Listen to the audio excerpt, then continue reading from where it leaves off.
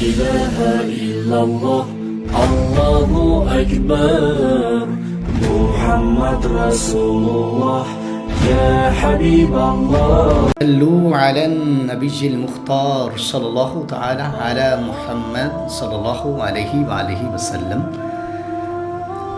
اللہ کا گھر عظیم الشان گھر ہے، میرے مالک کا گھر ہے، کائنات کو بنانے والے کا گھر ہے۔ صبح بھی طواف کعبہ ہوتا ہے، شام کو بھی طواف کعبہ ہے۔ یوں چکر لگا رہے ہیں دیوانے، گھومتے آتے ہیں، طواف کعبہ کرتے ہیں، آنکھوں سے آنسو جاری ہوتے ہیں، تڑپ رہے ہیں۔ میں نے دیکھا کہ طواف جاری ہے، کہا جاتا ہے کہ کعبے کا طواف کبھی نہیں رکا، نہ صبح رکا ہے نہ شام رکا ہے۔ کوئی کرے نہ کرے فرشتے تو کرتے رہتے ہیں، کوئی آئے نہ آئے فرشتے تو رہتے ہیں، طواف کعبہ کبھی نہیں رکا۔ لیکن ایک وقت ایسا آتا ہے میرے بھائیوں، ایک وقت ایسا آتا ہے میرے عظیم الشان چہرے چمکنے والے نوجوانوں، ایک وقت ایسا آتا ہے جب طواف کعبہ بھی رک جاتا ہے۔ وہ کون سا وقت ہے جب طواف کعبہ رکا ہے؟ وہ وقت ہے جب مؤذن تکبیر کہتا ہے، اللہ اکبر کی صدائیں بلند کرتا ہے، گونج آتی ہے، اور وہ خوبصورت آواز جب دلوں کو چیرتی ہے، وہی طواف کرتے ہوئے صفیں باندھی جاتی ہیں، صفیں بن جاتی ہیں، ایک ایک نوجوان وہیں کھڑا ہو جاتا ہے۔ اب نماز پڑھنے کے لیے طواف رک گیا، نماز پڑھنے کے لیے طواف رک گیا، بیت اللہ کا طواف رک گیا، نماز پڑھنے کے لیے سب کھڑے ہو گئے، صف بندی ہو گئی، ایک ہی صف میں کھڑے ہو گئے، محمود و ایاز، نہ کوئی بندہ رہا نہ کوئی بندہ نواز۔ اب نماز کھڑی ہو گئی، طواف کعبہ رک گیا۔ ہائے آج ہمیں کیا ہو گیا؟ تیری نماز کے لیے تو بیت اللہ کا طواف رک رہا ہے، لیکن تیرا آج حال کیا ہے؟ ہماری ملت کے نوجوانوں کا حال کیا ہے؟ بھئی دیکھیں، گاڑی میں سوار ہے تو گاڑی والا چلاتا جا رہا ہے، گاڑی نہیں رکتی۔ اگر میرا بزنس ہے تو تیری دکان بند نہیں ہوتی، دکان کھلی ہے اور تو دکان پہ بیٹھا ہے، تیری دکان بند نہیں ہو رہی، تیرا بزنس بند نہیں ہو رہا۔ تو اگر گھر میں ہے، تو نے کمپیوٹر آن کیا ہوا ہے تو تو کمپیوٹر نہیں بند کر رہا، تو نے لیپ ٹاپ کو آن کیا ہے تو لیپ ٹاپ نہیں بند کر رہا۔ میری ملت کے نوجوان غور کیجئے، امام الانبیاء صلی اللہ علیہ وآلہ وسلم آپ تشریف لے کے گئے موسم سرما میں۔ سیدنا ابو ذر غفاری رضی اللہ تعالیٰ عنہ ساتھ تھے۔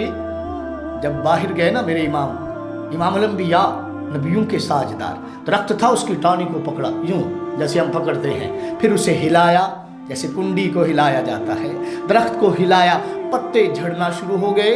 یا رسول اللہ صلی اللہ علیہ وسلم پتے جھڑ رہے ہیں؟ فرمایا ابو ذر جی میرے آقا حکم ہو۔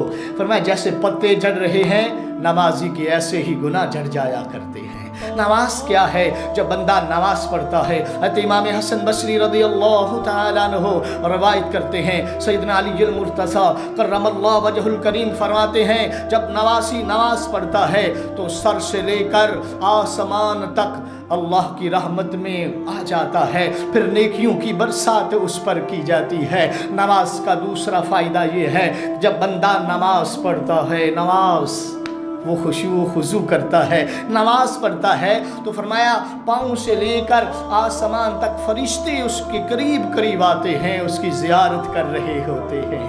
جب بندہ نماز پڑھتا ہے تو نماز کا تیسرا فائدہ سنیے، فرشتہ پکار کے کہہ رہا ہوتا ہے، پکار کے کہہ رہا ہوتا ہے، اے نمازی، نماز پڑھنے والے، ہے اللہ کی بارگاہ میں جھکنے والے، تم سجدہ کر رہا ہے، نماز پڑھ رہا ہے، تیری آنکھوں سے حجاب اٹھ جائیں، پردے اتر جائیں، تو دیکھے کہ نماز کی حالت میں کون کون تجھے دیکھ رہا ہے، تیرے اوپر کس طرح کرم کیا جا رہا ہے، تیرے حجابات ختم ہو جائیں۔ اللہ کی قسم، اللہ کی قسم کہا، فرشتہ کہتا ہے اللہ کی قسم، اگر تجھے معلوم ہو جائے تو نماز کے اندر ہی رہنا پسند کرے، ایک لمحہ بھی تو دائیں بائیں جانا پسند نہ کرے، تو نماز کے اندر رہنا پسند کرے، حتیٰ کہ تجھے موت آ جائے، موت تک تجھے نماز میں رہنا پسند ہوگا۔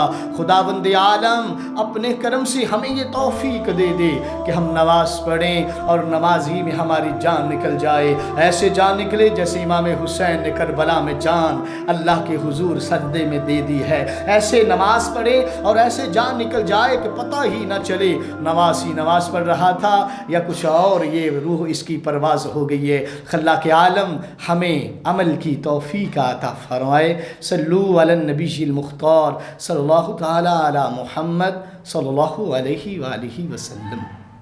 دکھوں نے گھیر رکھا ہے، غموں کی دھوپ ہے سر پر، ٹھکانا گنبد خضرا، ٹھکانا گنبد خضرا کے سائے میں عطا کیجے۔